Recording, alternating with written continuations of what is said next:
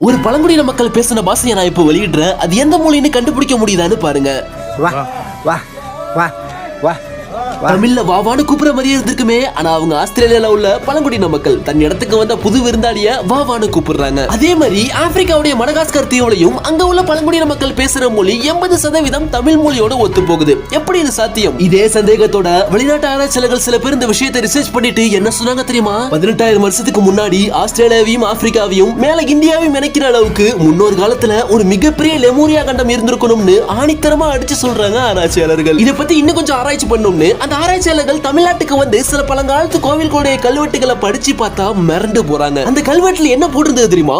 உலகத்துடைய மிகப்பெரிய தேசமாம் தமிழ் தேசம், அப்பேற்பட்ட தேசத்தை ஆண்டவராம் பாண்டியர், கிழக்கிலிருந்து மேற்கு வரை பறந்து விருந்த உலகின் மிகப்பெரிய கண்டமாம் குமரி கண்டம்.